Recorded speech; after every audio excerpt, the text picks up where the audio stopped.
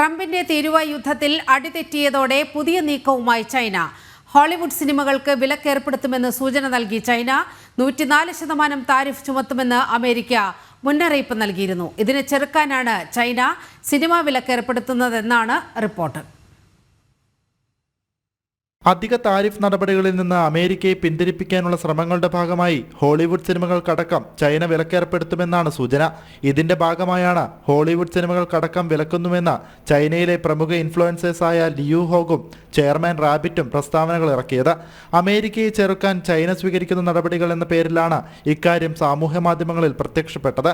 നേരത്തെ ഉണ്ടായിരുന്ന 20% നിന്ന് 54 മുതൽ 104% വരെ ഇനിയും താരിഫ് ഉയരുമെന്ന സാഹചര്യത്തിലാണ് ചൈന ഇത്തരത്തിലുള്ള നടപടികളിലേക്ക് നീങ്ങുന്നതെന്നാണ് റിപ്പോർട്ടുകൾ. എന്നാൽ ഇത് സംബന്ധിച്ച് ചൈനീസ് സർക്കാരിന്റെ ഔദ്യോഗിക വിശദീകരണം ഇതുവരെയും വന്നിട്ടില്ല. സാമൂഹ്യ മാധ്യമങ്ങളിൽ പ്രത്യക്ഷപ്പെടുന്ന കാര്യങ്ങൾക്ക് പ്രതികരിക്കാറില്ല എന്നാണ് വിദേശകാര്യ മന്ത്രാലയം പറയുന്നത്.